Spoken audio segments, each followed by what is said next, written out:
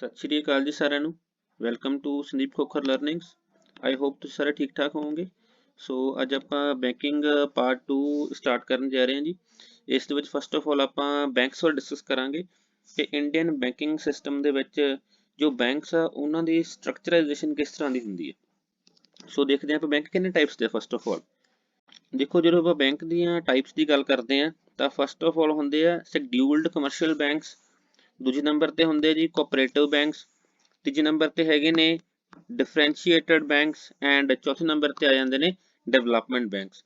ਜਦੋਂ ਆਪਾਂ scheduled commercial banks ਦੀ ਗੱਲ ਕਰਦੇ ਹਾਂ ਤਾਂ ਇਹਦੇ ਅੰਡਰ ਦੇਖੋ ਫਸਟਲੀ ਪਬਲਿਕ ਬੈਂਕ ਆਉਂਦੇ ਆ, ਸੈਕੰਡ ਨੰਬਰ ਤੇ ਪ੍ਰਾਈਵੇਟ ਬੈਂਕਸ ਆਉਂਦੇ ਆ, ਥਰਡ ਨੰਬਰ ਤੇ ਫੋਰਨ ਕਮਰਸ਼ੀਅਲ ਬੈਂਕਸ ਆ ਜਾਂਦੇ ਆ ਐਂਡ ਫੋਰਥ ਨੰਬਰ ਤੇ ਆ ਜਾਂਦੇ ਜੀ regional rural banks. First of all ਆਪਾਂ ਸ਼ਡਿਊਲਡ ਕਮਰਸ਼ੀਅਲ ਬੈਂਕ ਦੇਖਦੇ ਕੀ ਹੁੰਦੇ ਆ। ਉਹ ਬੈਂਕ ਜਿਹੜੇ ਆਰਬੀਆਈ ਐਕਟ 1934 ਦੀ ਸੈਕੰਡ ਸ਼ਡਿਊਲ ਦੇ ਅੰਡਰ ਰਜਿਸਟਰਡ ਕੀਤੇ ਜਾਂਦੇ ਆ। Those banks R called scheduled commercial banks. ਇਹਨਾਂ ਦੇ ਅੰਡਰ ਦੇਖੋ ਪਬਲਿਕ ਬੈਂਕਸ ਆ ਜਾਂਦੇ ਆ। ਜਦੋਂ ਪਬਲਿਕ ਬੈਂਕ ਦੀ ਅੱਗੇ ਆਪਾਂ ਟਾਈਪ ਦੇਖਦੇ ਹਾਂ ਦੇਖੋ ਤਾਂ ਉਹ ਆ ਜਾਂਦੇ first of all SBI and it's associates. ਦੇਖੋ ਆਪਾਂ ਨੂੰ ਪਤਾ ਕਿ ਜੋ SBI ਫਾਰਮ ਹੋਇਆ ਸੀਗਾ ਉਹਦੇ ਅੰਦਰ ਜਿਹੜੇ ਕਾਫੀ ਸਾਰੇ ਬੈਂਕਸ ਸੀਗੇ ਉਹਨਾਂ ਦੀ ਅਮਲਗਾਮੇਸ਼ਨ ਕੀਤੀ ਗਈ ਸੀ, ਠੀਕ ਹੈ। ਸੈਕੰਡ ਨੰਬਰ ਤੇ ਆ ਜਾਂਦੀ ਨੈਸ਼ਨਲਾਈਜ਼ਡ ਬੈਂਕਸ। ਉਹ ਬੈਂਕ ਜੋ ਪਹਿਲਾਂ ਪ੍ਰਾਈਵੇਟ ਸੈਕਟਰ ਦੇ ਵਿੱਚ ਹੁੰਦੇ ਸੀ ਲੇਕਿਨ 1969 ਔਰ 1980 ਦੇ ਵਿੱਚ ਜਦੋਂ ਨੈਸ਼ਨਲਾਈਜੇਸ਼ਨ ਦੀ ਵੇਵ ਗਵਰਨਮੈਂਟ ਦੁਆਰਾ ਸਟਾਰਟ ਕੀਤੀ ਗਈ ਸੀ ਉਦੋਂ ਇਹਨਾਂ ਨੂੰ ਸੋਵਰੈਨਿਟੀ ਦੇ ਰਾਹੀਂ ਗਵਰਨਮੈਂਟ ਦੁਆਰਾ ਆਪਦੇ ਅੰਡਰ ਲੈ ਲਿਆ ਗਿਆ ਸੀ। ਜਦੋਂ ਆਪਾਂ ਪਬਲਿਕ ਬੈਂਕਸ ਦੇ ਅੰਡਰ ਥਰਡ ਕੈਟਾਗਰੀ ਦੀ ਗੱਲ ਕਰਦੇ ਹਾਂ ਤਾਂ ਉਹ ਆ ਜਾਂਦੀ ਅਦਰ ਪਬਲਿਕ ਸੈਕਟਰ ਬੈਂਕਸ। ਉਹਦੇ ਅੰਦਰ ਕੀ ਆ ਜਾਂਦੇ ਆ industrial development bank of India ਔਰ ਭਾਰਤੀ ਮਹਿਲਾ ਬੈਂਕ। ਚਲੋ ਆਪਾਂ ਪ੍ਰਾਈਵੇਟ ਬੈਂਕ ਬਾਰੇ ਡਿਸਕਸ ਕਰਦੇ ਹਾਂ। ਦੇਖੋ ਤਾਂ ਪ੍ਰਾਈਵੇਟ ਬੈਂਕਸ ਨੂੰ ਦੋ ਕੈਟਾਗਰੀ 'ਚ ਡਿਵਾਈਡ ਕੀਤਾ ਜਾਂਦਾ। ਉਹ ਪ੍ਰਾਈਵੇਟ ਬੈਂਕ ਜੋ ਓਲਡ ਕੈਟਾਗਰੀ 'ਚ ਆਉਂਦੇ ਆ ਐਂਡ ਉਹ ਪ੍ਰਾਈਵੇਟ ਬੈਂਕ ਜੋ ਨਿਊ ਕੈਟਾਗਰੀ 'ਚ ਆਉਂਦੇ। ਦੇਖੋ ਆਪਾਂ ਨਿਊ ਕੈਟਾਗਰੀ ਦੇ ਵਿੱਚ ਕਾਫੀ ਬੈਂਕ ਦੇਖੇ ਆ ਲਾਈਕ ਯੈਸ ਬੈਂਕ ਹੋ ਗਿਆ ਜਾਂ ਹੋਰ ਵੀ ਬਹੁਤ ਸਾਰੇ ਬੈਂਕ ਜਿਹੜੇ ਕਿ ਰੀਸੈਂਟਲੀ ਸਟੈਬਲਿਸ਼ ਕੀਤੇ ਗਏ ਆ। And old banks the category ਦੇ ਵਿੱਚ HDFC ਬੈਂਕਸ ਆ ਜਾਂਦੇ ਨੇ, ICICI ਬੈਂਕ ਜਿਹੜੇ ਹੈਗੇ ਨੇ ਉਹ ਆ ਜਾਂਦੇ। ਨੈਕਸਟ ਕੈਟਾਗਰੀ ਦੇਖਦੇ ਹਾਂ ਆਪਾਂ RRB ਵਿਚ ਇਜ਼ ਰੀਜਨਲ ਰੂਰਲ ਬੈਂਕਸ। ਦੇਖੋ ਇਹ ਜਿਹੜੇ ਬੈਂਕ ਸੀਗੇ ਇਹ ਸਟੈਬਲਿਸ਼ ਕੀਤੇ ਗਏ ਸੀ to serve needs of rural areas with basic banking and financial services. It means ਕੀ ਹੋਇਆ ਕਿ ਜੋ ਪੇਂਡੂ ਖੇਤਰਾਂ ਦੇ ਵਿੱਚ ਲੋਕਾਂ ਦੀਆਂ ਬੇਸਿਕ ਬੈਂਕਿੰਗ ਜ਼ਰੂਰਤਾਂ ਸੀ ਉਹਨਾਂ ਨੂੰ ਪੂਰਾ ਕਰਨ ਦੇ ਲਈ ਇਹਨਾਂ ਬੈਂਕਾਂ ਨੂੰ ਸਟੈਬਲਿਸ਼ ਕੀਤਾ ਗਿਆ ਸੀ। ਐਂਡ ਇਹਨਾਂ ਦੀ ਰਿਕਮੈਂਡੇਸ਼ਨ ਦੇਖੋ ਕਿਹਦੇ ਦੁਆਰਾ ਕੀਤੀ ਗਈ ਸੀ, Narasimham working committee group in 1975। this is the most important one। Year and committee ਦਾ ਨਾਮ ਇਹ ਬਹੁਤ ਇੰਪੋਰਟੈਂਟ ਨੇ ਜੀ। ਐਂਡ ਇਹਨਾਂ ਨੂੰ ਸਟੈਬਲਿਸ਼ ਕੀਤਾ ਗਿਆ ਸੀ under regional rural bank act of 1976। ਦੇਖੋ ਇਹਨਾਂ ਦੀ ਤੁਸੀਂ ਕੈਟਾਗਰਾਈਜੇਸ਼ਨ ਦਾ ਵੀ ਧਿਆਨ ਰੱਖਣਾ।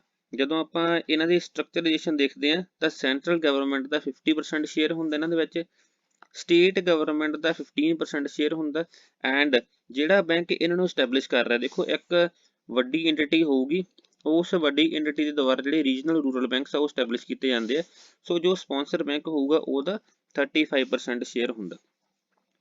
ਇੱਕ ਤੁਸੀਂ ਹੋਰ ਗੱਲ ਧਿਆਨ ਰੱਖਣਾ ਜੀ ਕਿ ਰੀਜਨਲ ਰੂਰਲ ਬੈਂਕਸ ਦਾ 75% ਜਿਹੜਾ ਐਡਵਾਂਸ ਹੁੰਦਾ ਉਹ ਪ੍ਰਾਇਓਰਟੀ ਸੈਕਟਰ ਲੈਂਡ ਦੇ ਵਿੱਚ ਹੋਣਾ ਜ਼ਰੂਰੀ ਹੁੰਦਾ। ਜਦੋਂ ਦੇਖੋ ਆਪਾਂ ਕੋਆਪਰੇਟਿਵ ਬੈਂਕਸ ਦੀ ਸੈਕੰਡ ਕੈਟਾਗਰੀ ਦੀ ਗੱਲ ਕਰਦੇ ਹਾਂ ਤਾਂ ਕੋਆਪਰੇਟਿਵ ਬੈਂਕ ਦੇਖੋ ਦੋ ਟਾਈਪ ਦੇ ਹੁੰਦੇ ਆ, rural cooperative bank and urban cooperative banks. ਇਹਨਾਂ ਬਾਰੇ ਦੇਖੋ ਆਪਾਂ ਨੈਕਸਟ ਪੇਜ ਡਿਸਕਸ ਕਰਦੇ ਹਾਂ। ਕੋਆਪਰੇਟਿਵ ਬੈਂਕਸ ਦੇਖੋ ਉਹ ਬੈਂਕ ਹੁੰਦੇ ਆ, ਉਹ ਫਾਈਨੈਂਸ਼ੀਅਲ ਐਂਟੀਟੀਜ਼ ਹੁੰਦੀਆਂ which are established on cooperative basis and they belong to their members. ਦੇਖੋ ਕੋਆਪਰੇਟਿਵ ਕਿਵੇਂ ਬਣਦਾ ਹੁੰਦਾ, ਕਾਫੀ ਜਿਵੇਂ ਸਪੋਜ਼ ਕਰੋ 10 ਜਾਂ 15 ਮੈਂਬਰ ਇਕੱਠੇ ਹੋਣਗੇ, ਠੀਕ ਹੈ ਨਾ, ਉਹਨਾਂ ਦੁਆਰਾ ਅਮਲਗਾਮੇਸ਼ਨ ਕੀਤੀ ਜਾਊਗੀ ਐਂਡ ਉਸੇ ਅਮਲਗਾਮੇਸ਼ਨ ਦੇ ਅੰਡਰ ਹੀ ਜਿਹੜੀਆਂ ਇਹ ਫਾਈਨੈਂਸ਼ੀਅਲ ਐਂਟੀਟੀਜ਼ ਆ ਉਹ ਸਟੈਬਲਿਸ਼ ਕੀਤੀਆਂ ਜਾਂਦੀਆਂ। ਜਿਵੇਂ ਦੇਖੋ ਆਪਾਂ ਪਿੰਡਾਂ ਦੇ ਵਿੱਚ ਕੋਆਪਰੇਟਿਵ ਸੁਸਾਇਟੀਆਂ ਦੇਖਦੇ ਹਾਂ ਜਾਂ ਆਪਾਂ ਦੇਖਦੇ ਹਾਂ ਕਿ ਪਿੰਡਾਂ ਦੇ ਵਿੱਚ ਕਿਸਾਨਾਂ ਨੂੰ ਇੱਕ ਕ੍ਰੈਡਿਟ ਕਾਰਡ ਇਸ਼ੂ ਕੀਤਾ ਜਾਂਦਾ ਤਾਂ ਕਿਸਾਨ 6 ਮਹੀਨੇ ਬਾਅਦ 10 ਜਾਂ 15,000 ਰੁਪਇਆ ਉੱਥੋਂ ਕਢਵਾਉਂਦਾ। ਸੋ ਜਿਹੜੀ ਐਂਟੀਟੀ ਚੋਂ 10 ਜਾਂ 15,000 ਰੁਪਏ ਕਢਵਾਏ ਜਾਂਦੇ ਆ ਉਹ ਐਂਟੀਟੀ ਕੋਆਪਰੇਟਿਵ ਬੈਂਕ ਹੀ ਹੁੰਦੀ ਹੈ। ਦੇਖੋ ਜਦੋਂ ਆਪਾਂ ਕੋਆਪਰੇਟਿਵ ਬੈਂਕਸ ਦੀ ਸਟਰਕਚਰ ਦੀ ਗੱਲ ਕਰਦੇ ਹਾਂ ਤਾਂ ਦੋ ਕੈਟਾਗਰੀਜ਼ ਦੇ ਕੋਆਪਰੇਟਿਵ ਬੈਂਕ ਹੁੰਦੇ ਆ। ਫਸਟ ਹੁੰਦਾ urban cooperative bank and second ਹੁੰਦਾ ਹੈਗਾ ਰੂਰਲ ਕੋਆਪਰੇਟਿਵ ਬੈਂਕ। ਜਦੋਂ ਆਪਾਂ ਅੱਗੇ ਅਰਬਨ ਬੈਂਕਸ ਦੀ ਕੈਟਾਗਰਾਈਜੇਸ਼ਨ ਕਰਦੇ ਹਾਂ ਤਾਂ ਦੋ ਟਾਈਪ ਦੇ ਹੁੰਦੇ ਆ, scheduled commercial bank and naan scheduled commercial banks. ਦੇਖੋ ਇਹਨਾਂ ਦੀ ਅਲੱਗ ਤੋਂ ਸ਼ਡਿਊਲ ਬਣੇ ਹੁੰਦੇ ਨੇ, ਜਿਵੇਂ ਆਰਬੀਆਈ ਦੀ ਸੈਕੰਡ ਸ਼ਡਿਊਲ ਦੀ ਪਿੱਛੇ ਗੱਲ ਕਰਕੇ ਹਟੇ ਆਪਾਂ, ਉਸੇ ਤਰ੍ਹਾਂ ਹੀ ਜਿਹੜੇ ਬੈਂਕ ਕੋਆਪਰੇਟਿਵ ਬੈਂਕ ਦੀ ਸ਼ਡਿਊਲ ਦੇ ਵਿੱਚ ਆ ਜਾਂਦੇ ਆ ਉਹਨਾਂ ਨੂੰ ਸ਼ਡਿਊਲਡ ਕੋਆਪਰੇਟਿਵ ਬੈਂਕ ਕਹਿੰਦੇ ਆ। ਜਿਹੜੇ ਬੈਂਕ ਸ਼ਡਿਊਲ 'ਚ ਨਹੀਂ ਆਉਂਦੇ those are called non scheduled commercial bank. And ਇਹਨਾਂ ਦੀ ਅੱਗੇ ਕੈਟਾਗਰਾਈਜੇਸ਼ਨ ਦੇਖੋ ਕੀ ਹੁੰਦੀ ਹੈ, ਮਲਟੀ ਸਟੇਟ ਕੋਆਪਰੇਟਿਵ ਬੈਂਕ ਔਰ ਸਿੰਗਲ ਸਟੇਟ ਕੋਆਪਰੇਟਿਵ ਬੈਂਕ। ਦੇਖੋ ਜਿਹੜਾ ਕੋਆਪਰੇਟਿਵ ਬੈਂਕ ਸਿਰਫ ਇੱਕ ਹੀ ਸਟੇਟ ਦੇ ਵਿੱਚ, ਜਿਹਦਾ ਕਿ ਵਰਕਿੰਗ ਏਰੀਆ ਸਿਰਫ ਇੱਕ ਹੀ ਸਟੇਟ ਆ, that is called single state, and ਜਿਹਦਾ ਕਿ ਬਹੁਤ ਸਾਰੇ ਸਟੇਟਸ ਦੇ ਵਿੱਚ that will be called multi state। ਦੇਖੋ urban cooperative banks are regulated, supervised by state registrar of cooperative societies in case of single state cooperative society and central registrar of cooperative societies in case of multi state। देखो इस चीज का तुसीं खास ध्यान रखना, this is really important from papers point of view। ਅੱਗੇ ਜਦੋਂ ਆਪਾਂ ਦੇਖੋ ਰੂਰਲ ਕੋਆਪਰੇਟਿਵ ਬੈਂਕ ਦੀ ਗੱਲ ਕਰਦੇ ਹਾਂ ਤਾਂ ਉਹਨਾਂ ਦੀ ਕੈਟਾਗਰਾਈਜੇਸ਼ਨ ਕੀ ਹੁੰਦੀ ਹੈ, short term cooperative banks and long term cooperative banks. ਦੇਖੋ ਕੋਆਪਰੇਟਿਵ ਬੈਂਕਸ ਬਾਰੇ ਜਦੋਂ ਆਪਾਂ ਹੋਰ ਡਿਸਕਸ ਕਰਦੇ ਹਾਂ ਤਾਂ ਇਹ ਰਜਿਸਟਰਡ ਕੀਤੇ ਜਾਂਦੇ ਸਟੇਟ ਕੋਆਪਰੇਟਿਵ ਸੁਸਾਇਟੀ ਐਕਟ ਦੇ ਅੰਡਰ। ਜਿਹੜੇ ਕਿ ਸਿੰਗਲ ਸਟੇਟ ਦੇ ਵਿੱਚ ਹੋਣਗੇ ਉਹ ਸਟੇਟ ਕੋਆਪਰੇਟਿਵ ਸੁਸਾਇਟੀ ਐਕਟ ਦੇ ਅੰਡਰ ਰਜਿਸਟਰਡ ਕੀਤੇ ਜਾਂਦੇ ਆ, ਐਂਡ ਜਿਹੜੇ ਕੋਆਪਰੇਟਿਵ ਬੈਂਕ ਮਲਟੀ ਸਟੇਟਸ ਦੇ ਵਿੱਚ ਹੁੰਦੇ ਆ ਉਹਨਾਂ ਨੂੰ multi state cooperative society act ਦੇ ਅੰਡਰ ਰਜਿਸਟਰਡ ਕੀਤਾ ਜਾਂਦਾ। ਦੇਖੋ ਇਹਨਾਂ ਦੀ ਡਿਊਲ ਰੈਗੂਲੇਸ਼ਨ ਹੁੰਦੀ ਹੈ। ਡਿਊਲ ਰੈਗੂਲੇਸ਼ਨ ਦਾ ਮੀਨਿੰਗ ਕਿ ਦੇਖੋ ਇਹਨਾਂ ਨੂੰ ਆਰਬੀਆਈ ਦੇ ਦੁਆਰਾ ਵੀ ਰੈਗੂਲੇਟ ਕੀਤਾ ਜਾਂਦਾ ਐਂਡ ਸਟੇਟ ਕੋਆਪਰੇਟਿਵ ਐਕਟ ਦੇ ਅੰਡਰ ਵੀ ਇਹਨਾਂ ਨੂੰ ਰੈਗੂਲੇਟ ਕੀਤਾ ਜਾਂਦਾ। ਜਦੋਂ ਆਪਾਂ ਆਰਬੀਆਈ ਦੀ ਰੈਗੂਲੇਸ਼ਨ ਦੀ ਗੱਲ ਕਰਦੇ ਹਾਂ ਤਾਂ ਆਰਬੀਆਈ ਇਹਨਾਂ ਨੂੰ ਰੈਗੂਲੇਟ ਕਰਦਾ banking regulation act of 1949 and banking ਲਾਜ਼ cooperative society act of 1955। ਦੇਖੋ ਆ ਮੇਨਸ ਦੇ ਪੁਆਇੰਟ ਆਫ View ਜ਼ਰੂਰੀ ਹੈ, ਸੋ ਤੁਹਾਨੂੰ ਇਸ ਨੂੰ ਕਰਨ ਦੀ ਜ਼ਰੂਰਤ ਨਹੀਂ ਹੈਗੀ। ਨੈਕਸਟ ਡਿਸਕਸ ਕਰਦੇ ਹਾਂ ਆਪਾਂ ਡਿਫਰੈਂਸ਼ੀਏਟਡ ਬੈਂਕਸ। ਦੇਖੋ ਡਿਫਰੈਂਸ਼ੀਏਟਡ ਬੈਂਕਸ ਦਾ ਜਿਹੜਾ ਕਨਸੈਪਟ ਸੀਗਾ ਇਹ ਆਰਬੀਆਈ ਦੇ ਦੁਆਰਾ 2015 ਦੇ ਵਿੱਚ ਲੈ ਕੇ ਆਂਦਾ ਗਿਆ ਸੀ, ਬਿਕੋਜ਼ ਇਸ ਟਾਈਮ ਦੇ ਵਿੱਚ ਹੀ ਗਵਰਨਮੈਂਟ ਦੁਆਰਾ ਫਾਈਨੈਂਸ਼ੀਅਲ ਇਨਕਲੂਜਨ ਦੇ ਲਈ ਕਾਫੀ ਜਿਹੜੇ ਸੀਗੇ ਸਟੈਪ ਲਿੱਤੇ ਗਏ ਸੀ। ਤੁਹਾਨੂੰ ਸ਼ਾਇਦ ਯਾਦ ਹੋਊਗਾ ਕਿ ਗਵਰਨਮੈਂਟ ਦੇ ਦੁਆਰਾ ਜਨਧਨ ਯੋਜਨਾ, ਅਟਲ ਬੀਮਾ ਯੋਜਨਾ ਐਂਡ ਹੋਰ ਵੇਰੀਅਸ ਜਿਹੜੇ ਪ੍ਰੋਗਰਾਮ ਸੀ ਸ਼ੁਰੂ ਕੀਤੇ ਗਏ ਸੀ, ਉਹਨਾਂ ਪ੍ਰੋਗਰਾਮਾਂ ਦਾ ਪਾਰਟ ਹੀ ਇੱਕ ਡਿਫਰੈਂਸ਼ੀਏਟਡ ਬੈਂਕਸ ਵੀ ਸੀ। ਸੋ ਇਸ ਡਿਫਰੈਂਸ਼ੀਏਟਡ ਬੈਂਕਸ ਦਾ ਜਿਹੜਾ ਮੇਨ ਪਰਪਸ ਆ ਦੇਖੋ ਫਾਈਨੈਂਸ਼ੀਅਲ ਇਨਕਲੂਜਨ ਨੂੰ ਪ੍ਰਮੋਟ ਕਰਨਾ ਹੈਗਾ। ਜਦੋਂ ਆਪਾਂ ਡਿਫਰੈਂਸ਼ੀਏਟਡ ਬੈਂਕਸ ਦੀ ਗੱਲ ਕਰਦੇ ਹਾਂ ਦੋ ਟਾਈਪ ਦੇ ਹੁੰਦੇ ਆ, small finance bank and payment banks. ਦੇਖੋ ਜਦੋਂ ਆਪਾਂ ਸਮਾਲ ਫਾਈਨੈਂਸ ਦੀ ਗੱਲ ਕਰਦੇ ਹਾਂ ਤਾਂ ਇਹ ਇੱਕ ਪ੍ਰਾਈਵੇਟ ਫਾਈਨੈਂਸ਼ੀਅਲ ਇੰਸਟੀਟਿਊਸ਼ਨਸ ਹੁੰਦੇ ਆ ਜਿਨ੍ਹਾਂ ਦੇ ਵਿੱਚ ਕਿ ਮਿਨੀਮਮ ਪੇਡ ਅਪ ਕੈਪੀਟਲ ਜਿਹੜੀ ਹੁੰਦੀ ਆ ਉਹ 200 ਕਰੋੜ ਹੋਣੀ ਚਾਹੀਦੀ ਆ।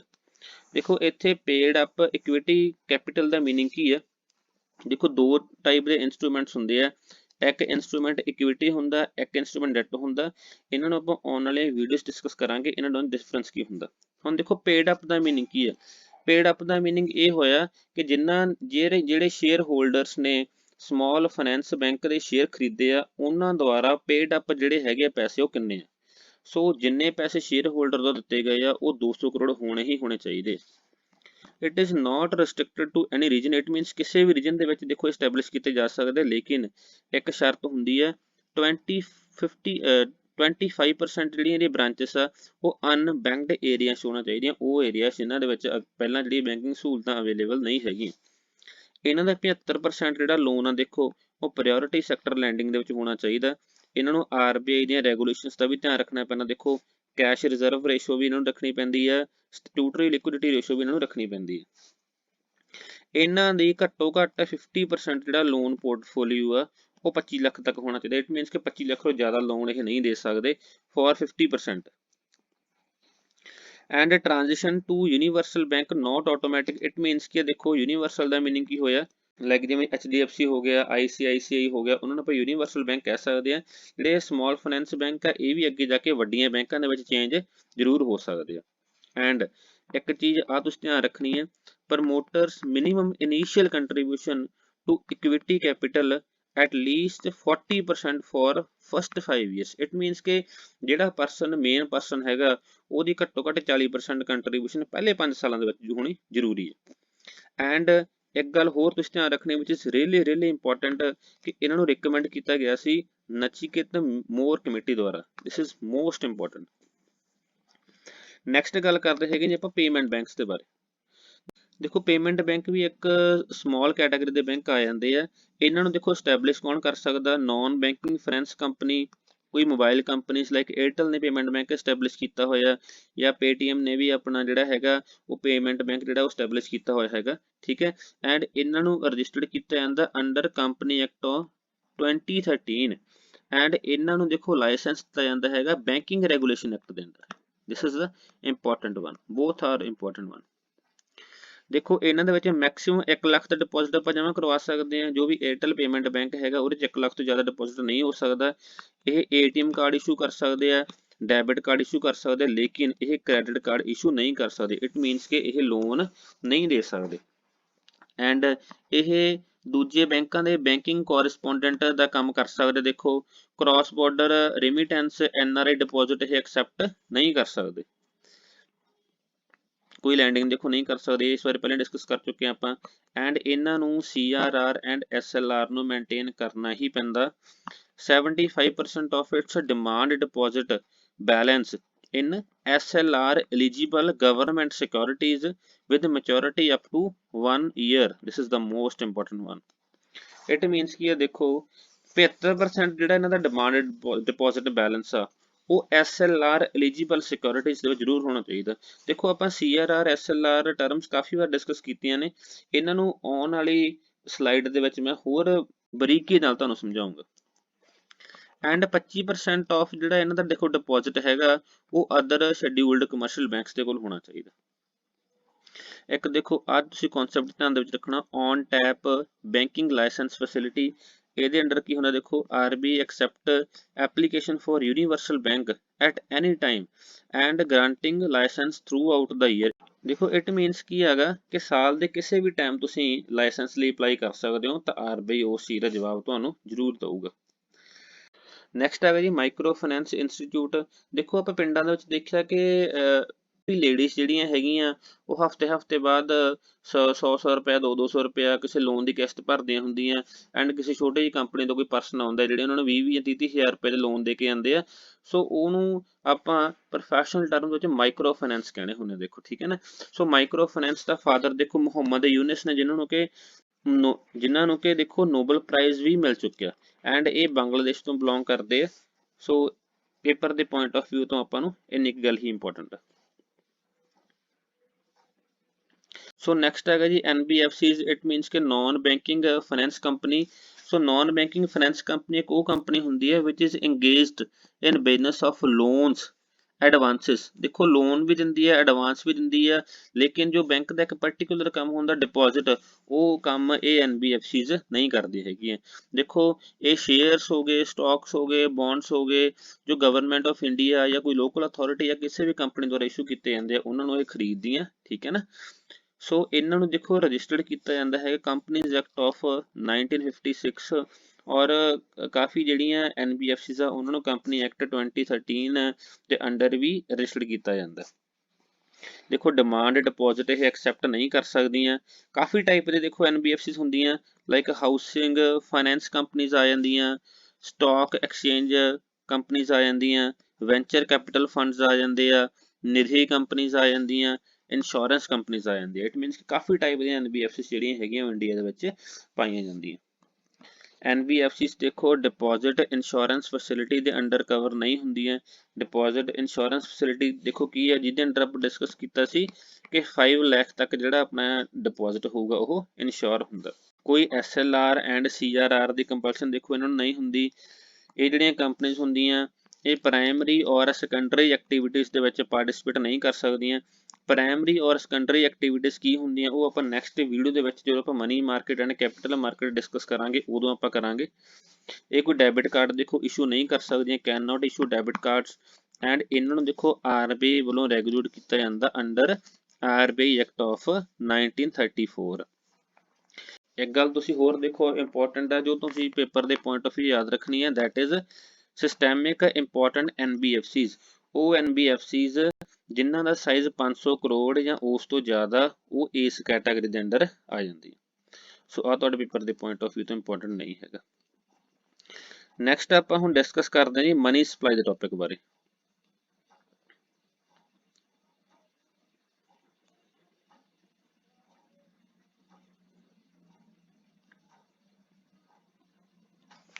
ਦੇਖੋ ਮਨੀ ਸਪਲਾਈ, ਦੇਖੋ ਮਨੀ ਸਪਲਾਈ ਟਰਮ ਦਾ ਮੀਨਿੰਗ ਇਹ ਹੋ ਗਿਆ ਕਿ ਜੋ ਇਕਨੋਮੀ ਦੇ ਵਿੱਚ ਮਨੀ ਆ ਰਹੀ ਆ ਉਹ ਕਿੱਥੋਂ ਆ ਰਹੀ ਹੈ ਐਂਡ ਕਿਹੜੀ ਕੈਟਾਗਰੀਜ਼ ਦੇ ਵਿੱਚ ਉਸ ਮਨੀ ਦੀ ਜੋ ਡਿਵਾਈਡੇਸ਼ਨ ਆ ਉਹ ਹੋ ਰਹੀ ਹੈ। ਫਸਟ ਆਫ ਆਲ ਆਪਾਂ ਡਿਸਕਸ ਕਰਦੇ ਹਾਂ ਜੀ high powered money which is also known as M0। ਦੇਖੋ ਹਾਈ ਪਾਵਰਡ ਮਨੀ ਕਿਸੇ ਵੀ ਸੈਂਟਰਲ ਬੈਂਕ ਦੀ ਟੋਟਲ ਲਾਇਬਿਲਿਟੀ ਹੁੰਦੀ ਹੈ ਐਂਡ ਲਾਇਬਿਲਿਟੀ ਕੀ ਹੁੰਦੀ ਹੈ, ਉਹ ਚੀਜ਼ਾਂ ਜੋ ਕਿਸੇ ਵੀ ਪਰਸਨ ਨੂੰ ਵਾਪਸ ਕਰਨੀ ਹੀ ਕਰਨੀ ਪੈਂਦੀਆਂ ਐਂਡ ਇਸ ਨੂੰ ਮੋਨੇਟਰੀ ਬੇਸ ਵੀ ਕਹਿੰਦੇ ਆ। ਹੁਣ ਹਾਈ ਪਾਵਰਡ ਮਨੀ ਦੇ ਵਿੱਚ ਕੀ ਇਨਕਲੂਡ ਹੁੰਦਾ, ਦੇਖੋ ਜਿਹੜੇ ਨੋਟਸ ਐਂਡ ਕੋਇਨ ਇਕਨੋਮੀ ਦੇ ਵਿੱਚ ਸਰਕੂਲੇਸ਼ਨ ਦੇ ਵਿੱਚ ਆ, ਜੋ ਆਪਣੇ ਹੱਥਾਂ ਦੇ ਥਾਈ ਲੰਘ ਰਹੇ ਆ, ਉਹਨਾਂ ਉਹ ਇਸ ਕੈਟਾਗਰੀ ਦੇ ਅੰਡਰ ਆ ਜਾਂਦੇ ਆ। Wallet cash of commercial banks ਦੇ ਕੋਲ ਕਿੰਨਾ ਪੈਸਾ ਪਿਆ, government of India deposit with RBI, ਜੋ ਗਵਰਨਮੈਂਟ ਆਫ ਇੰਡੀਆ ਦਾ ਪੈਸਾ ਰਿਜ਼ਰਵ ਬੈਂਕ ਆਫ ਇੰਡੀਆ ਕੋਲ ਪਿਆ ਉਹ ਵੀ ਹਾਈ ਪਾਵਰਡ ਮਨੀ ਦੇ ਅੰਡਰ ਹੋ ਜਾਊਗਾ ਐਂਡ ਜੋ ਕਮਰਸ਼ੀਅਲ ਬੈਂਕ ਦਾ ਪੈਸਾ RBI ਦੇ ਕੋਲ ਪਿਆ ਉਹ ਵੀ ਹਾਈ ਪਾਵਰਡ ਮਨੀ ਦੇ ਅੰਡਰ ਇਨਕਲੂਡ ਹੁੰਦਾ। ਇਹ ਸਾਰਾ ਪੈਸਾ ਉਹ ਹੁੰਦਾ ਜੋ RBI ਨੂੰ ਵਾਪਸ ਕਰਨਾ ਹੀ ਕਰਨਾ ਪੈਂਦਾ, ਠੀਕ ਹੈ। ਇੱਕ ਗੱਲ ਦੇਖੋ ਤੁਸੀਂ ਧਿਆਨ ਰੱਖਣੀ ਹੈ, ਇੱਕ ਜਦੋਂ ਆਪਾਂ ਮਨੀ ਦੀ ਗੱਲ ਕਰਦੇ ਹਾਂ, ਇੱਕ ਮਨੀ ਉਹ ਹੁੰਦੀ ਆ ਜੋ ਪ੍ਰਿੰਟ ਕੀਤੀ ਜਾਂਦੀ ਹੈ ਐਂਡ ਇੱਕ ਮਨੀ ਉਹ ਹੁੰਦੀ ਹੈ ਜੋ ਮਨੀ ਕ੍ਰੀਏਟ ਕੀਤੀ ਜਾਂਦੀ ਹੈ। ਪ੍ਰਿੰਟ ਮਨੀ ਕੌਣ ਕਰਦਾ, RBI ਕਰਦਾ, ਲੇਕਿਨ ਮਨੀ ਕ੍ਰੀਏਟ ਕੌਣ ਕਰਦਾ, ਬੈਂਕਸ ਕ੍ਰੀਏਟ ਕਰਦੀਆਂ। ਜਿਵੇਂ ਕਿ ਸਪੋਜ਼ ਕਰੋ RBI ਵੱਲੋਂ 100 ਰੁਪਏ ਪ੍ਰਿੰਟ ਕੀਤੇ ਗਏ ਨੇ ਐਂਡ ਉਹ 100 ਰੁਪਇਆ ਬੈਂਕਾਂ ਨੂੰ ਇਹਨਾਂ ਵੱਲੋਂ ਦਿੱਤਾ ਗਿਆ, 50 ਰੁਪਏ ਇੱਕ ਬੈਂਕ ਨੂੰ ਦਿੱਤੇ, 50 ਰੁਪਏ ਇੱਕ ਬੈਂਕ ਨੂੰ ਦਿੱਤੇ, ਠੀਕ ਹੈ। ਸੋ ਇਹ 50 ਰੁਪਏ ਦੇ ਵਿੱਚ ਕੁਝ ਪੈਸੇ ਬੈਂਕ ਆਪਦੇ ਕੋਲ ਰੱਖਣਗੇ, ਸਪੋਜ਼ ਕਰੋ 10 ਰੁਪਏ ਆਪਦੇ ਕੋਲ ਰੱਖਦੇ ਆ, ਸੋ ਜਿਹੜੇ ਬਾਕੀ 40 ਰੁਪਏ ਉਹ ਬੈਂਕ ਲੋਨ ਦੇ ਰੂਪ ਦੇ ਵਿੱਚ ਲੋਕਾਂ ਨੂੰ ਵੰਡ ਦਿੰਦੇ। ਜਿਵੇਂ ਸਪੋਜ਼ ਕਰੋ 20 ਰੁਪਏ 1% ਦਿੱਤੇ, 20 ਰੁਪਏ 1% ਦਿੱਤੇ, ਇਸ 20 ਰੁਪਏ ਤੋਂ 5 ਰੁਪਏ ਵਿਆਜ ਆ ਰਿਹਾ, ਇਸ 20 ਰੁਪਏ ਤੋਂ 5 ਰੁਪਏ ਵਿਆਜ ਆਇਆ। ਸੋ ਦੇਖੋ ਇਨੀਸ਼ੀਅਲੀ 50 ਰੁਪਏ ਸੀ ਲੇਕਿਨ 5 ਰੁਪਏ ਵਿਆਜ, 5 ਰੁਪਏ ਵਿਆਜ ਇੱਥੋਂ ਆਇਆ, 5 ਰੁਪਏ ਵਿਆਜ ਇੱਥੋਂ ਆਇਆ। ਸੋ ਜੋ ਇਨੀਸ਼ੀਅਲ ਦੇ ਵਿੱਚ 50 ਰੁਪਏ ਸੀ ਉਹ 50 ਜਿਹੜੇ ਹੋ ਗਏ ਉਹ ਆ 10 ਰੁਪਏ ਐਡ ਹੋਣ ਤੋਂ ਬਾਅਦ ਕਿੰਨੇ ਰੁਪਏ ਹੋ ਜਾਣਗੇ, 60 ਰੁਪਏ ਹੋ ਜਾਣਗੇ। ਇਹ ਜਸਟ ਇੱਕ ਐਗਜ਼ਾਮਪਲ ਆ। ਇਸੇ ਤਰ੍ਹਾਂ ਇਕਨੋਮੀ ਦੇ ਵਿੱਚ ਬਹੁਤ ਸਾਰਾ ਜਿਹੜਾ ਪੈਸਾ ਉਹ ਬੈਂਕਾਂ ਦੁਆਰਾ ਕ੍ਰੀਏਟ ਕੀਤਾ ਜਾਂਦਾ। ਇਸ ਤੋਂ ਇਲਾਵਾ ਜੋ ਕਿ ਪ੍ਰੋਡਕਸ਼ਨ ਐਕਟੀਵਿਟੀਜ਼ ਹੁੰਦੀਆਂ, ਲੋਕਾਂ ਦੁਆਰਾ ਪ੍ਰੋਡਕਸ਼ਨ ਕੀਤੀ ਜਾਂਦੀ ਆ, ਉੱਥੋਂ ਵੀ ਜਿਹੜਾ ਹੈਗਾ ਪੈਸਾ ਜਨਰੇਟ ਹੁੰਦਾ। ਸੋ ਇਟ ਮੀਨਸ ਕਿ ਜੋ ਵੀ ਪੈਸਾ RBI ਵੱਲੋਂ ਇਕਨੋਮੀ ਦੇ ਵਿੱਚ ਪਾਇਆ ਜਾਂਦਾ ਉਸ ਤੋਂ ਕਿਤੇ ਜ਼ਿਆਦਾ ਪੈਸਾ ਜਿਹੜਾ ਹੈਗਾ ਉਹ ਬੈਂਕਾਂ ਵੱਲੋਂ ਜਨਰੇਟ ਕੀਤਾ ਜਾਂਦਾ ਆਪਣੇ ਆਪ। ਨੈਕਸਟ ਹੈਗਾ ਜੀ M1 ਜਦੋਂ ਮਨੀ ਸਪਲਾਈ ਕੰਪੋਨੈਂਟ ਦੀ ਗੱਲ ਕਰਦੇ ਹਾਂ ਤਾਂ this is the most liquid one. It means ਕੀ ਹੈ, ਇਹਨੂੰ ਆਪਾਂ ਬਹੁਤ ਛੇਤੀ ਤੋਂ ਛੇਤੀ ਪੈਸਿਆਂ ਦੇ ਵਿੱਚ ਚੇਂਜ ਕਰ ਸਕਦੇ ਹਾਂ।